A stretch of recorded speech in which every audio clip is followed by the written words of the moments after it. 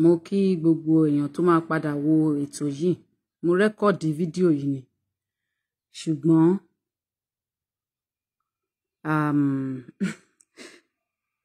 mo gbìyànjú àti upload ẹ̀kọ́ upload mo wá ní kí n ṣe báyìí. Ẹ̀yin mùsùlùmí ẹ má tún ṣe pé o, ìbéèrè là ń béèrè kò tí ì fàjà o, torí ẹ̀yin mùsùlùmí alábòsí ni yín, mọ̀nàfíkì gidi ni yín. Ẹ rọra o, mọ̀nàfíkì gidi ni yín. Ìbéèrè la ṣì ń béèrè lọ́wọ́ yín, àṣà àbú yín bẹ́yìn ṣe ń bú gbogbo wa látijọ́ ọjọ́ àbú yín o. Ó ṣe àbọ̀rú àbọ̀yì àbọ̀ṣiṣẹ́ fún gbogbo ẹ̀yin tí ẹ bá ń láǹfààní àti máa gbọ́ ètò yìí lẹ́yìn tí mo bá ṣe tán. Tí ẹ ń gbọ́ ṣá. Kẹ́yìn ìyàwó lórí ìṣà ó ṣe é pa òrìṣà, orúkọ tí mo yí pa orúkọ mi òrìṣà Tọ́lá Bímbọ́lá ọmọ nílùú Ìpẹ́rù, bẹ́ẹ̀ ni tí mo jẹ́ olóòtú ètò Ìṣẹ̀ṣe Làgbà. Mo béèrè lọ́wọ́ àwọn mùsùlùmí wípé kí ni ìdí tí wọ́n fi ń ṣe sálàláwà ní ìwà sálà lẹ́yìn tí wọ́n bá dá orúkọ Muhammad. Ṣé nítorí àwọn ìwà ìbàjẹ́ tí Muhammad ti wù ní ìgbà ayé ẹ̀ ni wọ́n ṣe máa ń sọ pé kí peace Allah, torí ìyá mi ṣẹ́kẹ̀ wọ́n correct lọ́sàn. Ṣé nítorí àwọn ìwà ìbàjẹ́ tó wù? Ìbéèrè ni mo béèrè kò fàjà o. Ṣé nítorí ìwà ìbàjẹ́ tó wù lẹ ṣe sọ sàlálàwà ní ìwà sálà tí ẹ bá ti dárúkọ Muhammad? Torí wípé ẹ sọ pé àwọn òrìṣà wa ò dá, àwọn baba ńlá wa ò dá, àbáyín jà sí. Ṣùgbọ́n àwọn baba ńlá tiwa táwa bá dárúkọ wọn, àwa ò kì í sọ pé kí àlàáfíà Olódùmarè yálà a máa ń para àwọn tọ̀pọ̀ ohun mèremère tó dáa. Now, kàkà kí ó yẹ kí ẹ dá mi lóhùn àwọn ìbéèrè yẹn, ẹ dá mi lóhùn lórí péjì. Lẹ ṣe ń ṣètò, lẹ ń búra yín, lẹ ń jà, lẹ ń ṣe gbogbo ẹ̀. Òkùn mi kò dẹ̀ rá mi ní nǹkan. Ìbéèrè ní ìtúwá rèé o. Ẹlòmíì náà gbé kalẹ̀ mi ò dáa, ẹlòmíì ní mo blaspheme ni mi ò bá yín dùn. Ṣùgbọ́n tó bá jẹ́ pé lótìtọ́ àti lódodo òótọ́ ní nǹkan tẹ́ gbé dání, ẹ rí bí ṣe àlàyé tó mú ọgbọ́n dání láti ẹ̀ má wá rí ẹnìkan ṣo láàrin yín tó ṣe àlàyé tó mú ìmọ̀ àti òye dání fún mi. Kàkà kẹ́ ẹ ṣe àlàyé èébú àti èébú tẹ́ ẹ máa padà forí yín gbé, tí Allah àti Muhammad máa padà forí gbé, tí àwọn àràbó tó fi yín ṣe ẹrú tí wọ́n máa padà ṣe kí ni forí gbé, òun lè bẹ̀rẹ̀ sí ní ṣe. Ó ti dáná ìyẹn ti lọ bó ṣe lọ yẹn. Mo tún máa tú orin kankan fún yín tẹ́ máa ń kọ nínú nígbà táwa náà wà láàrin yín. Ẹ kọ́ wa ní orin yẹn.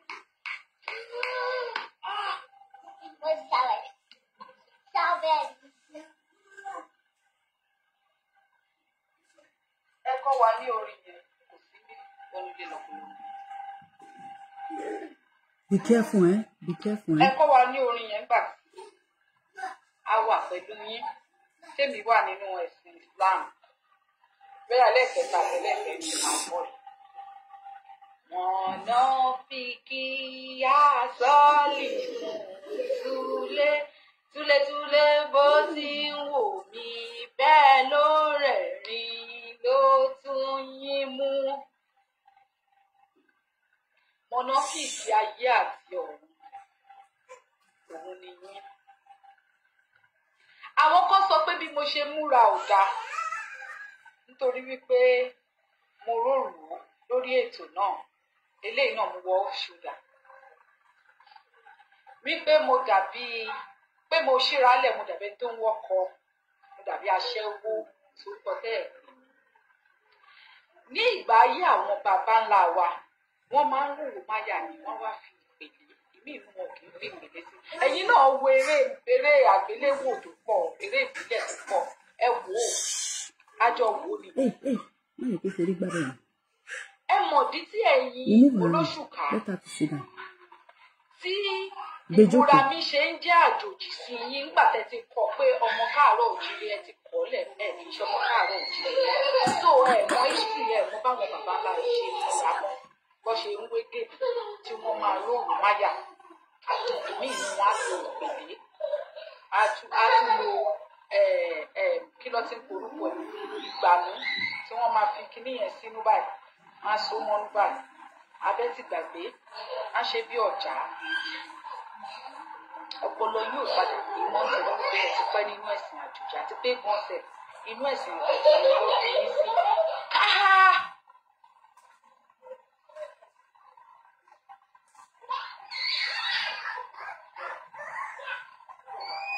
Inú ẹ̀sìn àjòjì yẹn ni wọ́n bí yín sí ìbẹ̀rẹ̀ dàgbà sí àti lo ọpọlọ yín láti ronú kò sí mọ́. Now aṣọ tí mo wọ̀ yìí off shoulder ni wọ́n pè ṣùgbọ́n ní ilẹ̀ àràbò èèwọ̀ ni fóbìnrin láti múra báyìí kì í ṣèwọ̀ nílẹ̀ káàárọ̀ òjìrì ẹ mọ̀dí tó fi jẹ́ èèwọ̀ ní ilẹ̀ àràbò tí ẹ̀yin wá mú culture wọn wá sínú culture wa ìpè káwa náà gbọ́dọ̀ máa ròrùn máyà àwa náà gbọ́dọ̀ múra báwọn baba ńlá wa ṣe ń múra náà ká máa lo ìró ká ṣe ìpèlè ká ṣe gbogbo ẹ̀ ká gbọ́dọ̀ múra bẹ́ẹ̀ mọ́ àbí bẹ́ẹ̀ kọ́ ẹ bẹ́ẹ̀ mọ̀ tí tó fi dìbò fún wọn ní ìlú àrà nítorí wọ́n ti mọ̀ wípé Muhammed pedophile ni gbogbo àwọn ọmọ kéékèèké àdúgbò gbogbo àwọn ọmọ kéékèèké ìlú tí ò tí ì bàlágà pátápátá ló ti kókó bayé wọn jẹ́. Àwọn àràbó yìí wọ́n wá ní wọ́n inculcate habit Muhammed wọ́n gba habit yẹn lọ́wọ́ ẹ̀. Àwọn náà wọn kì í fojú rí obìnrin okó wọn okó dógidógi ni inú ẹ̀jẹ̀ ló wà bó ṣe wà nínú ẹ̀jẹ̀ Muhammed nígbà náà. So ìdí nìyẹn tí wọ́n máa fi ń da ìyàwó wọn ọ̀pọ̀lọpọ̀ míì nínú wọn ìyàwó wọn ẹ̀rí pé wọn kì í bọ́ síta ìmí inú wọn ó máa da gbogbo ẹ̀bùn ìyàwó ẹ̀ látòkè dé sàlẹ̀ because ó ti mọ̀ wípé culture àwọn ni jíìnì wọn ni nínú jíìnì wọn báyìí táwọn bá ti rí obìnrin báyìí àwọn máa máa lọ sí bí káwọn bá sùn bí káwọn bá sùn bí káwọn bá sùn bó ṣe máa ń ṣe Muhammed láyé john tá a padà bọ̀ ó ṣe kókó bá yé Aisha jẹ́ táyé Aisha pasán láyé tí ò rọmọ bí torí wípé at tender age tí ilé ọmọ Aisha kò tí ì gbórín kódà wọn ì tí ì bí Aisha tí Muhammed ti gbà sùn. Fún ìdí èyí àwọn ará ilẹ̀ àràbó rí wípé àwọn ti jogún kógún látara baba ńlá wọn Muhammed ó ti wá ṣe àwọn náà bí káwọn náà máa jábàálẹ̀ àwọn ọmọ wọn ẹ rí wọn ni ẹ rí wípé àwọn èèyàn wa tí wọ́n dúláwọ̀ bíi tèmi báyìí àwọn obìnrin wa tán bá lọ síbẹ̀ láti lọ ṣe iṣẹ́ àtìkú ẹ̀rí kókó lọ́ọ́ máa fi ń lé wọn kiri gbogbo inú yàrá nítorí wípé wọ́n ti wò ó níwò wípé kàkà káwọn ṣe bẹ́ẹ̀ fáwọn àwọn ọmọ wọn káwọn kò ṣe fáwọn ọmọ wa tí ẹ̀yin fi declare ara yín wípé ẹrú wọn lẹ jẹ́ nítorí wípé ẹ̀yin ni ẹrú sì ń hálà wọn. Gbogbo àwọn tí ò bá tẹ̀ kì í ṣe ọmọ àràkù tó bá ti ń ṣe ẹ̀sìn Islam ẹrú àràkù ni torí wípé ẹrú bàbá ẹni ẹrú ẹni ni tó ti yé yìí Allah kì í ṣe bàbá tiwa ní ilẹ̀ Yorùbá, bàbá wọn ní ilẹ̀ Àràbọ̀. So ẹ̀yin ti wá sọ wípé ẹrú lẹ́yìn ṣe fún Allah, àbí bẹ́ẹ̀ kọ́? Àwọn wá jogún yín látọwọ́ Allah gẹ́gẹ́ bó ṣe jẹ́ wípé bọ́mọ ṣe ń jogún gbogbo nǹkan ní bàbá ẹ̀ tẹ̀wùtẹ̀wù. Wọ́n ní ẹni tó lẹ́rú ló lẹ́rú. Náà ìbéèrè mi ìmíì mo wá fẹ́ béèrè lọ́wọ́ yìí. Tí ò bá kí n ṣe pé mọ̀ ló pìkì nìyí, alábòsí nìyí, kí ló dé nígbà tí ẹ ti mọ̀ wípé ẹni rè yan yìí òun ni Muhammad, wípé Muhammad ò kì í ṣe èèyàn bí, ó mọ́ tán, ó funfun báláú,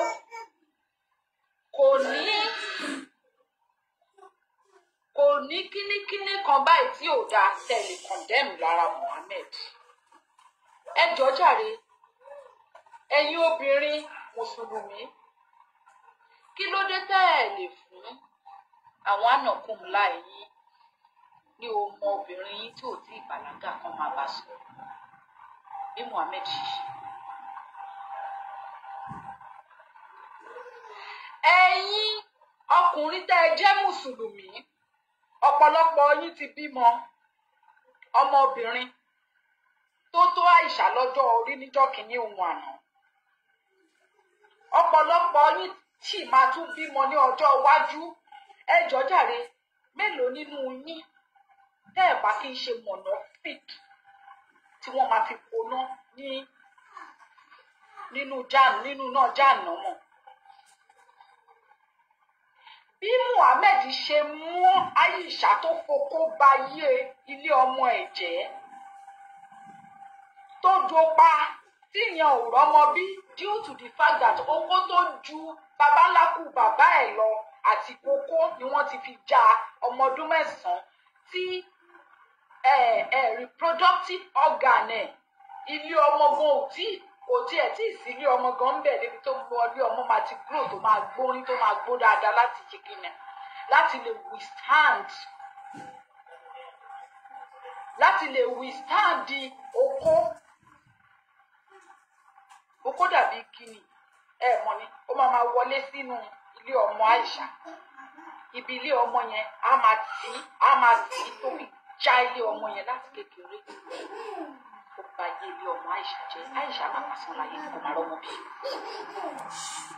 Mélòó tẹ́ ẹ̀ bá kí n ṣe mọ̀nàfíkì èèyàn, ẹ wá bọ́ sórí péèjì mi, ẹ̀ ń gbèjà Muhammad àbí ọmọ ẹ obìnrin tó wà nínú ilé yẹn.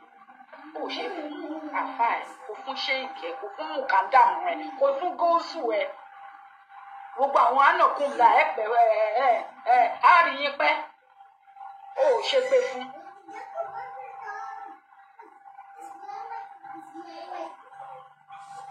Ajani Bello wà ń bẹ̀, tẹ bá wò wípé àwọn àfáà yín kò súnmọ́ Ọlọ́run tó, ṣe wọn pa Ajani Bello, àwọn àfáà yín ò súnmọ́ Allah tó, wọ́n sọ lọ́run tó rọ́lọ́run ní tiwa.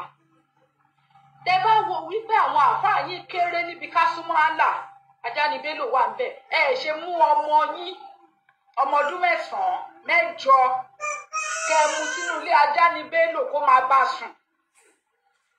Kí ló dé tẹ̀ ṣe yẹn? Ṣebẹ́ ní pé igbákejì Allah òun ni Muhammad.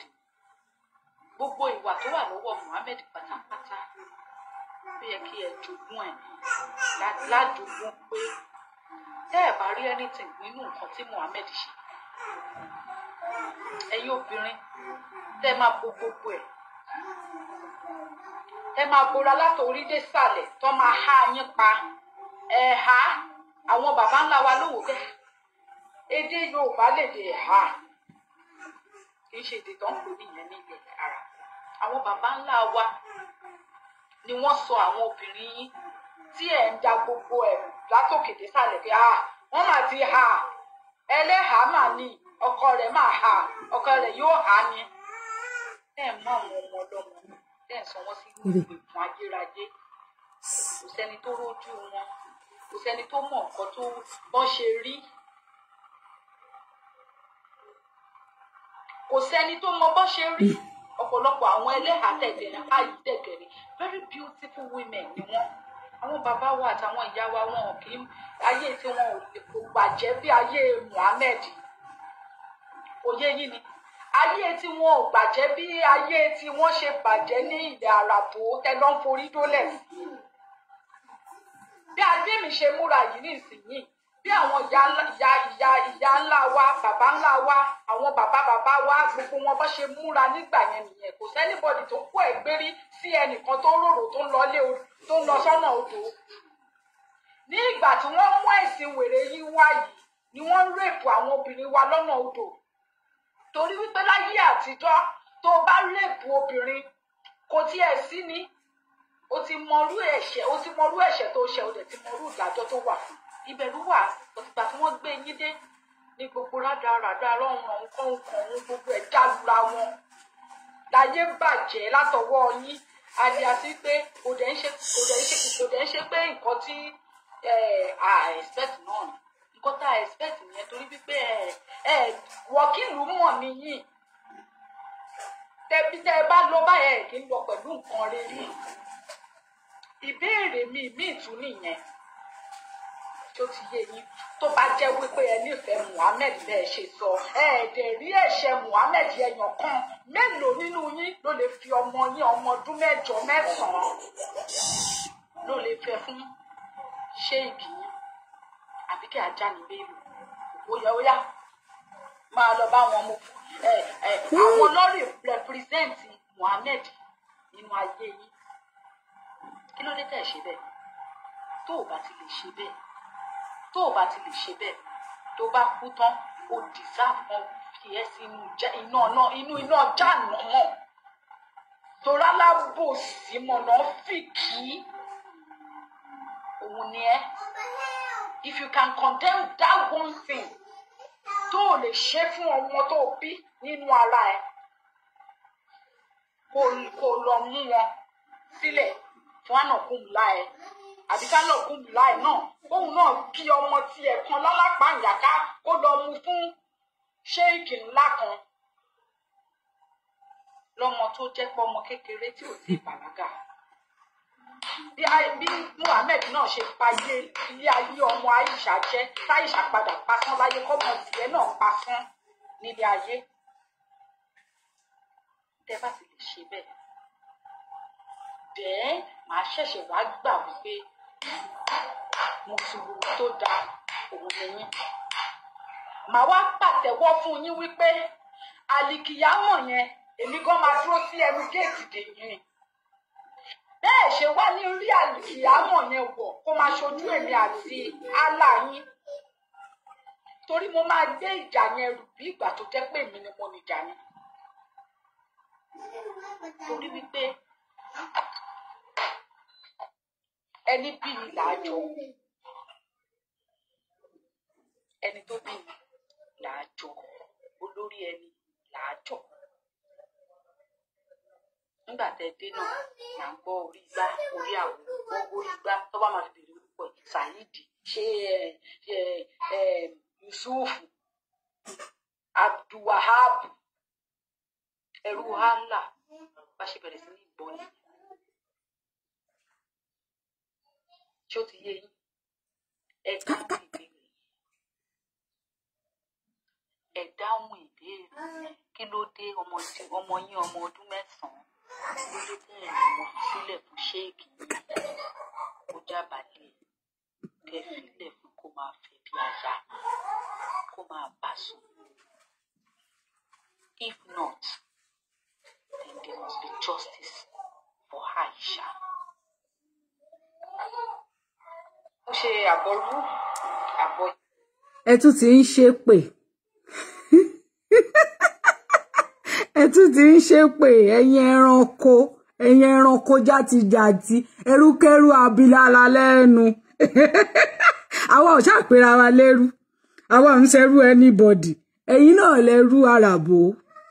Ẹ̀yin ni èpè yìí ní nǹkan jàgídíjàgan yìí náà ni ká dá bẹ̀rù ká ṣe gbogbo bẹ̀ kí gbogbo ẹ̀ ó kùṣùkùṣù kí gbogbo ẹ̀ bàjẹ́ bá ṣe jẹ́ obì tó ń so lẹ́rùn ẹ̀yin ní ń tó fi ṣẹ̀dá yín nù ń tá fi mọ̀ yín nù lórí ilẹ̀ wa apá àwọn bàbá wa ká yín ni tó bá ń ṣe pápá àwọn ká yín ni bó ṣe lọ ń dáná sun yàn bó ṣe ń dáná sun àwọn èèyàn ní ilẹ̀ Haúsá bẹ́ ṣe máa dáná sun yàn nìyẹn nílẹ̀ Káàárọ̀ Oòjíire ẹ̀yin òpònú ayírádà ẹrúkẹrú abilala lẹ́nu wọn láwọn ẹrú ẹ̀rí ọmọ ẹrú ọmọ ọ̀wọ̀fà olórí kórí olóṣù káàsọnù olóṣù káàyà èpè yìí ni kí ló dé tó bá jẹ́ pé lótìtọ́ ni ẹ láìkì Muhammad gbogbo nǹkan tó ṣe ẹ̀rí nǹkan burúkú nínú ẹ̀ ọmọ ọdún mẹ́sàn-án ọmọ ọdún mẹ́wàá kí ló dé tó lè lọ mú fún ànàkùnmùlà ẹ̀ kí ló dé tí wọ́n tó wà lórí péjì mi tó jẹ́ ànàkùnmùlà yìí ẹnìkan kí ló dé tó lè sọ fún wípé Allah sọ pé kó mú ọmọ ọdún mẹ́sàn-án ẹ̀ wá kó rèpù ẹ̀ kó bá sùn kó sọ dìyàwó kó fi okó já ilé ọmọ ẹ̀ tó bá ti bá yín sòótọ́ ọ̀rọ̀ ọpọlọ yín máa kú wá ni a máa ká yín lára gidi gan ẹ̀yin alábòsí mọ̀nàfíìkì ẹ̀dá alábòsí ni yín ẹ̀yin ò lè fọmọ́lẹ̀ àbí ẹ lè fi ọmọ yín lẹ̀ ọmọ yín obìnrin mo mọ̀ pé mi inú yín gan máa wu ọmọ yín obìnrin nínú ilé báyìí ẹ lè filẹ̀ kan foko ba yí ẹ̀jẹ̀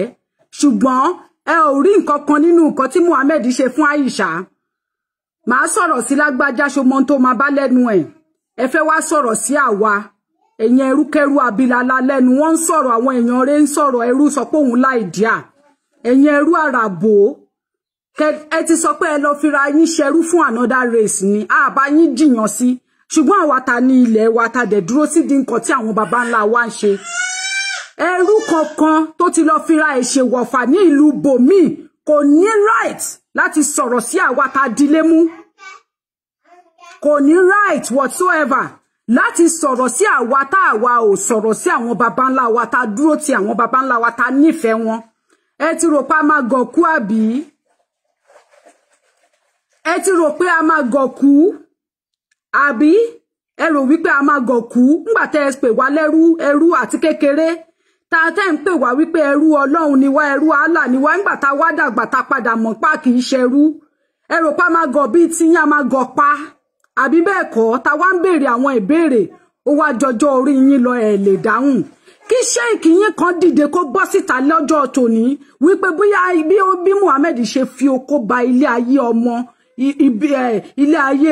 ilé ọmọ Aisha jẹ́ ó dùn mọ́ òun nínú so ká wá rí èèyàn kan nínú àwọn ẹlẹ́hàá yín tẹ́ ti há ilé ayé wọn tẹ́ ti há wọn pa àwọn ẹlẹ́hàá wọn tó ti wà nínú ìgbèkùn yín ká wá rí ìkànnù wọn just one tó máa mú ọmọ ọdún mẹ́sàn-án ẹ̀lẹ́ fún ànàkùn láyín kó bá sùn kó fẹ́ kán wá so yìgì fún ẹ lè ṣe bẹ́ẹ̀ tẹ́ ẹ bá ti lè ṣe bẹ́ẹ̀ olórí burúkú mọ̀nàfíìkì gidi ni if you condemn that one act if you cannot do it if you cannot practice the real Islam then you are not fit to be an Islam person you are not fit ẹ̀yin wèrè wọ́n wá máa kọrin wọ́n máa fà sálátù ránṣẹ́ o n ó fà sálátù ránṣẹ́ ńgbà tán jẹ́ máa gbé wọn jẹ́ máa gbé Mẹ́dínà n ó máa fà ṣe lọ kó báàgì yín lọ sí Mẹ́dínà gbà tẹ́ lọ sí òkè àràfà tí wọ́n sọ yín ní aláàjì ẹrú àlà ọkùnrin tí ẹ lọ síbẹ̀ ààrẹ tẹ́ lọ ń jẹ́ ààrẹ tẹ́ tún wá gbórúkọ yẹn wá sí ọ̀dọ̀ wa tẹ́ tún wá ń jẹ́ bẹ̀ nígbà tí wọ́n ẹ lọ síbi bẹ̀ kí ló dé tí wọ́n ò ṣe jẹ́ kẹ́ máa gbé ń bẹ̀ kan fún yín passport Mẹ́kà because ẹ wà faithful sí wọn ẹ̀sìn wọn lẹ́ ń ṣe àṣà wọn lẹ́ ń ṣe ìṣẹ̀ṣe wọn lẹ́ ń ṣe àlà wọn ẹrú lẹ tún jẹ́ sí wọn bẹ́ ṣe tún jẹ́ ẹrú wọn wọ́n ní pé tẹrú làwọn máa ṣe kíni ló yẹ kéèyàn máa tọ́jú wọn tún lè tọ́jú ẹ̀yin ẹrú wọ́n tún padà dà yín sílẹ̀ sí gbòòrò ayé ni wípé kẹ́ máa dayé láàmú àbí kẹ́ lọ sórí sun yín kẹ́ padà lọ máa dabẹ̀ láàmú kí ló dé tẹ́ ṣe lè jókòó síbẹ̀ fún wọn gbà tẹ́ ti mọ̀ wípé ẹrú àlà wọn ni yín ó yẹ kán fún yín ní passport Mẹ́kà ni ó yẹ kán fún yín ní passport Medina ni ó yẹ kán fún yín ní passport tẹ́ bá ti dé Arab country kán máa rí yín gẹ́gẹ́ bí ẹrú tó yẹ kán tọ́jú ni ṣé mọ̀ pàdọ̀ àwọn baba ńlá tiwa mo ń bọ̀ ọkọ mi lọ́dọ̀ àwọn baba ńlá tiwa a máa ń sọ wípé ọ̀nà ló jìn ẹrú ní baba àwọn baba ńlá wa wọ́n máa ń tọ́jú ẹrú wọ́n máa ń kẹ́ ẹrú lójú nímú ni ẹ lè dá ẹrú mọ̀ yàtọ̀ sí ọmọ ẹ rí ni ní Mọ́kà wọ́n máa ń ṣe yín bó ṣe wù wọ́n ní ìtọ́ bá tẹ̀pánu yín àtẹ̀gbé ni wọ́n máa tẹ̀ yín báṣabàṣá wọ́n lè pa yín síbẹ̀ ni tí ò bá tètè rí bí dìde ó máa tẹ àtẹ̀pá ní ibẹ̀ ló máa kú sí ibẹ̀ ló máa rùn sí wọ́n máa padà lọ sọ sí mass burial kìíní grand ni wọ́n máa padà lọ sọ́dànù ni ẹ̀yin ẹrúkẹ́rú ẹ̀yin olófìfo lágbárí yìí àwọn olóṣùká sọnù olóṣùká àyà àwọn ọlọ́pọlọ kíkú kí ló dé tẹ́ jẹ́ ká sinmi àtijọ́ tí ajá ni Bello ti sọ̀rọ̀ pẹ̀lẹ́ àtijọ́ tí ajá ni Bello ti sọ̀rọ̀ tá wá fún ní èsì ẹ ti ríra yín gẹ́gẹ́ bí ẹni tó yẹ kó jà kẹ́ fi gbogbo nǹkan tẹ́ ní nílé ayé yín jà àbí ẹ̀yin ọlọ́pọlọ kíkú yìí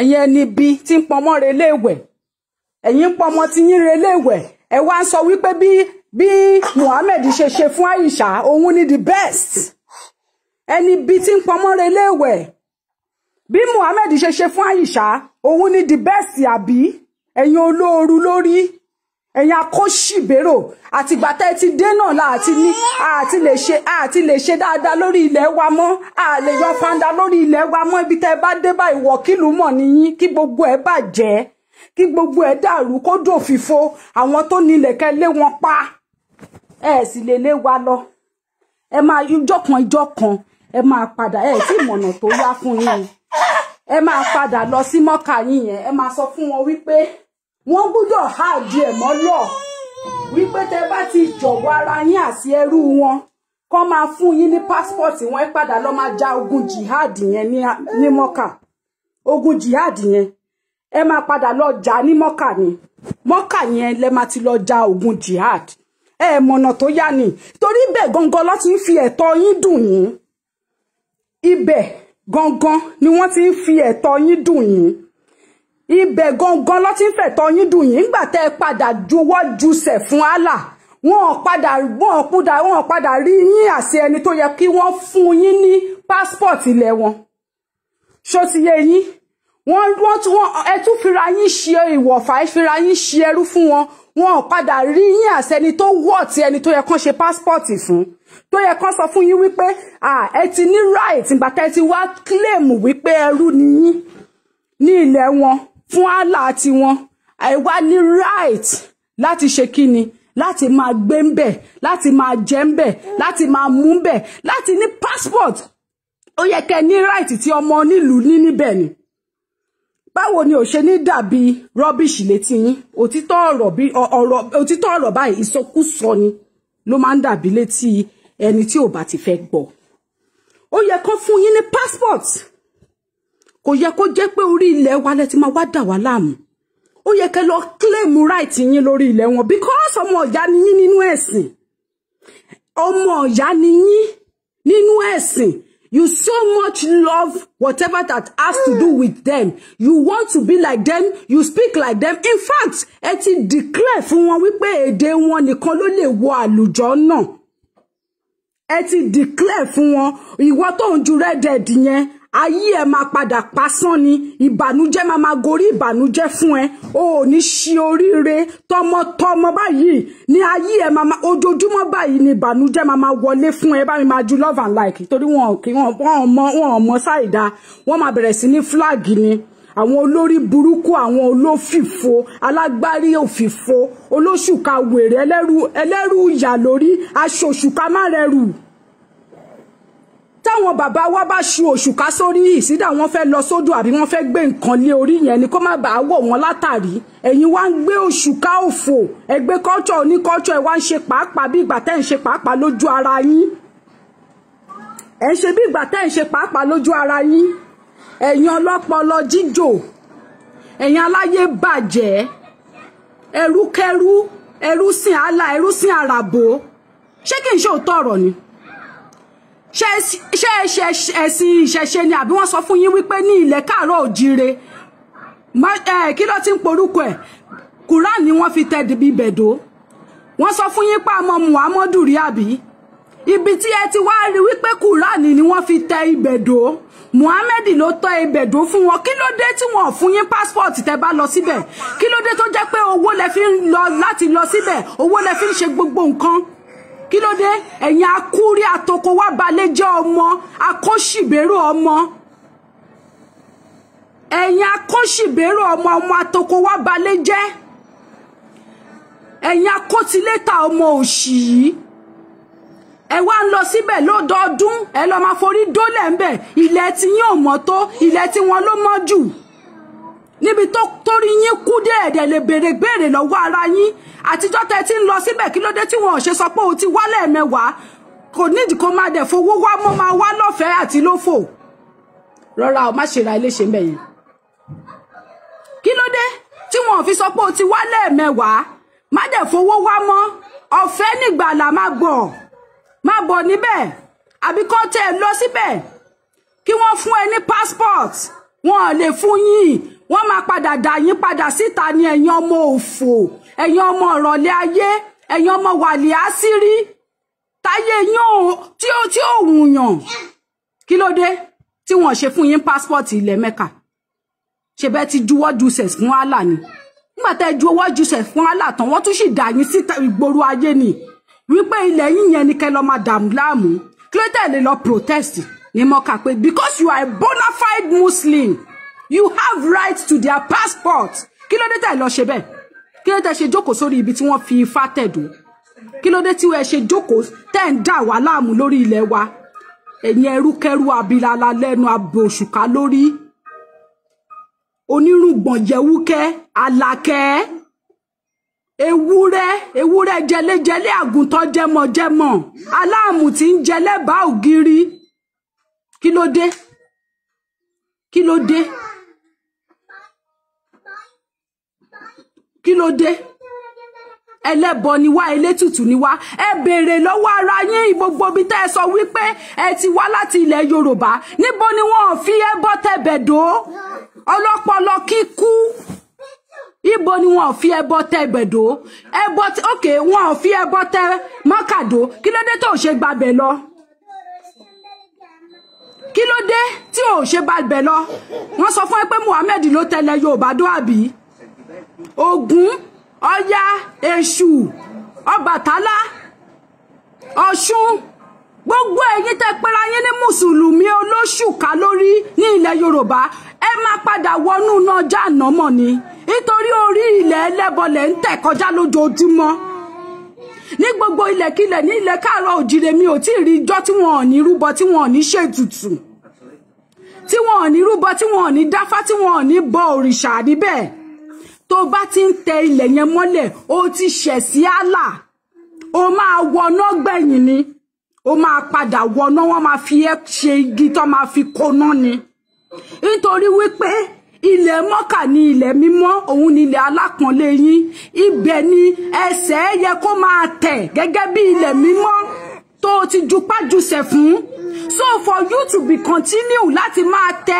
ilẹ̀ ẹlẹ́bọ mọ́lẹ̀ ó máa jóná látayé yìí dọ́run ni ó máa wọnú iná ni ẹ̀yin ẹrúkẹ́rú abilala lẹ́nu wọ́n ní bọ́ bá ka ẹrú inú ẹrú á sì bàjẹ́ àwọn kan wá bọ́ síta àwọn bàbá ńlá yín ló sọ bẹ́ẹ̀ àwọn kan wá bọ́ síta wọ́n wá ń fọwọ́ gbáyà kiri wípé ẹrú ẹnìkan làwọn ẹ̀rí pópónù nìyí òpònú ayírádà nìyí ọlọ́pọlọ kíkú ẹni tó yẹ kán ti fi ṣe nǹkan oṣù dànù ẹni tó yẹ kán ti fi ṣe nǹkan oṣù dànù ẹ̀yin yìí náà ẹ máa bímọ ẹ máa tọ́ ọmọ àgọ́mú yìí wá òun làwọn ọmọ tẹ́ ń bí ẹ̀yin ọlọ́pọlọ kíkú, ẹ̀yin ọlọ́pọlọ kíkú, olóko háràhárà, olóko jíjóná, olóko Muhammed, olóko dógidógi, fídófáìlì, àwọn ẹrú ẹ̀sìn onífídófáìlì, onípídófáìlì, rẹ́pì, kẹ máa mú ọmọ ọlọ́mọ kẹ máa bá sùn.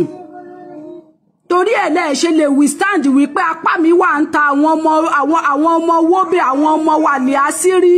Ìgbà tó jẹ́ pé bàbá ńlá yín gan bó ṣe ń wo obìnrin báyìí á ti máa tọ̀ ara. Muhammed olóko dógidógi. Àlà gan géè ni tẹ́ bá lọ wo àwọn àràbó yẹn. Géè ni ọ̀pọ̀lọpọ̀ nínú wọn. Ẹ̀yin bá wo, ẹ̀yin táyé yín ti bàjẹ́. Ẹ̀yin táyé yín ti bàjẹ́. Àwọn wọ̀kìlù mọ̀. Kí ló dé tí ẹ ṣe lè fún ọmọ yín, ọmọ ọdún 9 yín,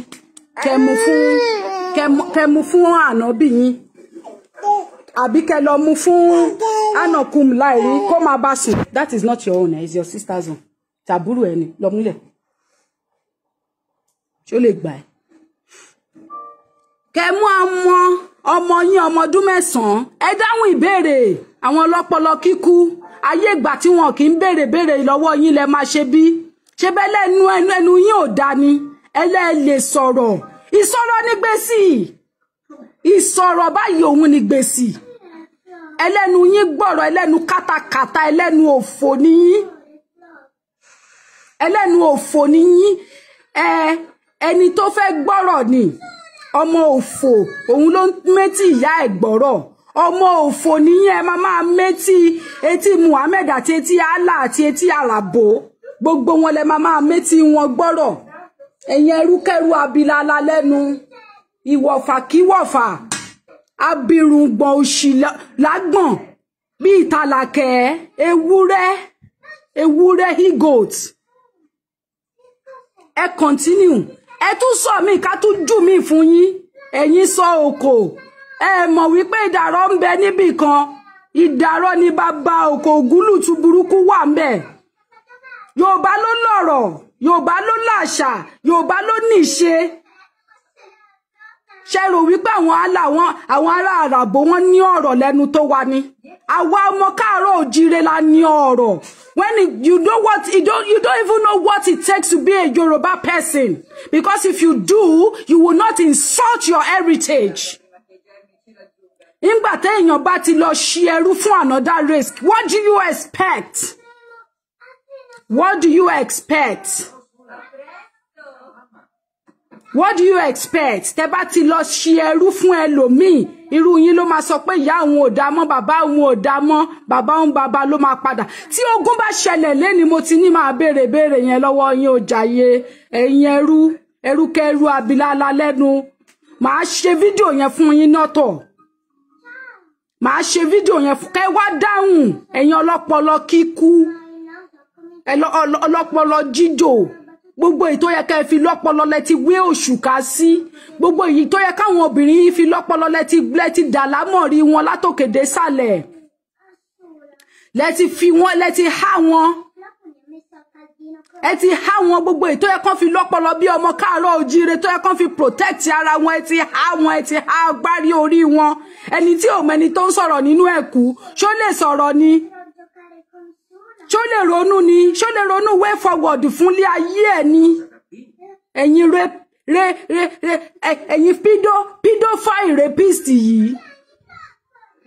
Kẹrọ ọmọ kékeré kẹ tó kó bọ̀ lábẹ́. Kàdẹ̀kẹ̀dẹ̀ mú ti yín wá kẹ́lòmíì kí ṣé ń wù yín kíyẹn náà lọ tó kó bọ̀ lábẹ́ ẹni rárá. Kí ló dé tẹ́ ẹ lè fọmọ ọmọ yín lẹ̀? Ẹnì kọ́kọ́ ló bí Àìṣà ni. Ẹ ti ní Àìṣà ìyá ńlá yín ni. Ó pa Sọ́láyé kò bímọ. Báwo ló ṣe jẹ́ ìyá ńlá yín? Àwọn òpònú pora mọ́lẹ̀. Àìṣà jẹ́nu ó jẹ́ ìyá ńlá yín. Mi ò pera mi lẹ́rú ọmọ òrìṣà lèmi, èmi ò ń ṣerú. Ẹ̀yin lẹ́rú kẹ́rú abilala lẹ́nu, ẹ̀yin ni wọ̀fà kí wọ̀fà. Abirùngbọ̀n òṣì lágbọ̀n. Ẹ̀yin ẹrú Allah, ẹrú àràbò.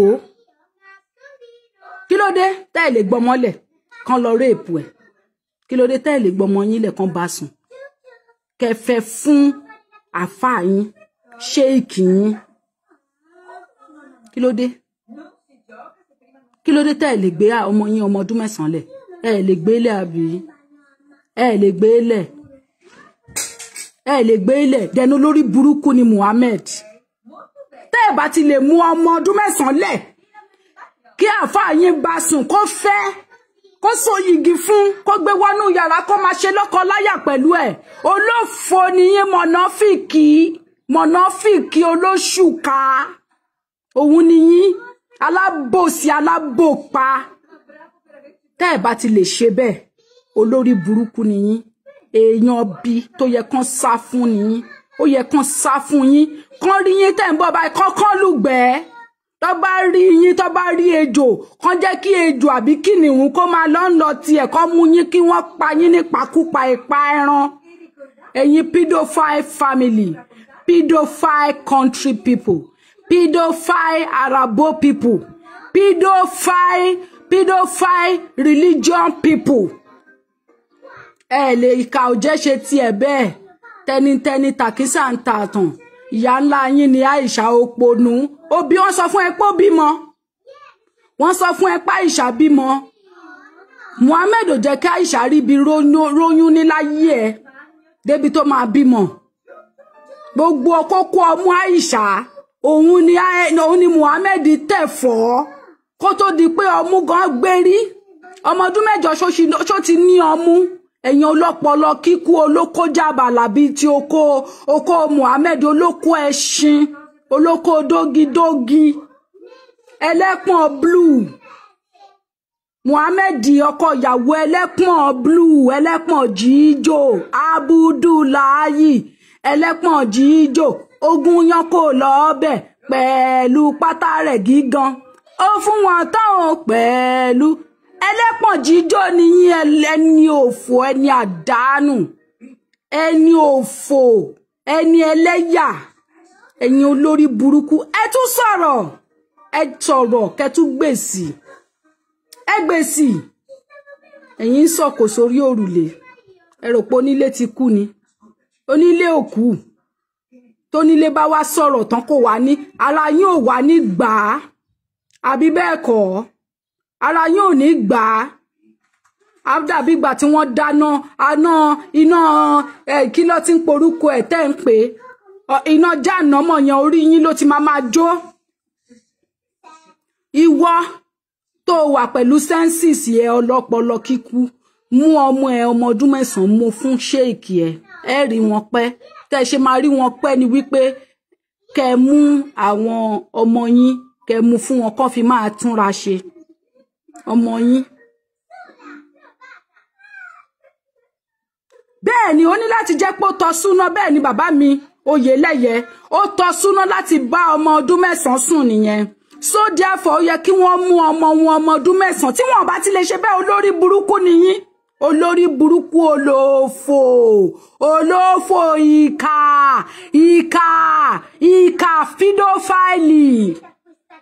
pídófáìlì òun nìyí ẹni bí ni làájọ ẹ ti ní àwọn bàbá yín kọ́ ló bí yín mọ́ ẹni bí ni làájọ Muhammadu ló bí yín olóko dógidógi ìkà ni yín gbogbo yín lẹ bímọ ẹ lè ṣe ìkà ò jẹ́ ṣe tiẹ̀ bẹ́ẹ̀ wọ́n sọ fún yín wípé kí ló ti ń porúkọ ẹ̀ Aisha ò ní òbí ṣé nǹkan tó sọ fún yín nìyẹn Aisha ló bí ẹ jẹ́ káwọn òbí ẹ̀ padà jèrè ẹ jẹ́ Muhammed ò jẹ́ káwọn òbí ẹ̀ jèrè ẹ̀ àti kókó báyìí ni Muhammed ti fojú sí lára bóyá wọ́n ti ẹ̀wẹ̀ fáìṣà lójú Muhammed lórí wípé nǹkan tọ́mọ yìí fi ṣèdí ò dáa gẹ́gẹ́ bí olóko dógidógi tó jẹ́ lójú ẹ̀ ṣe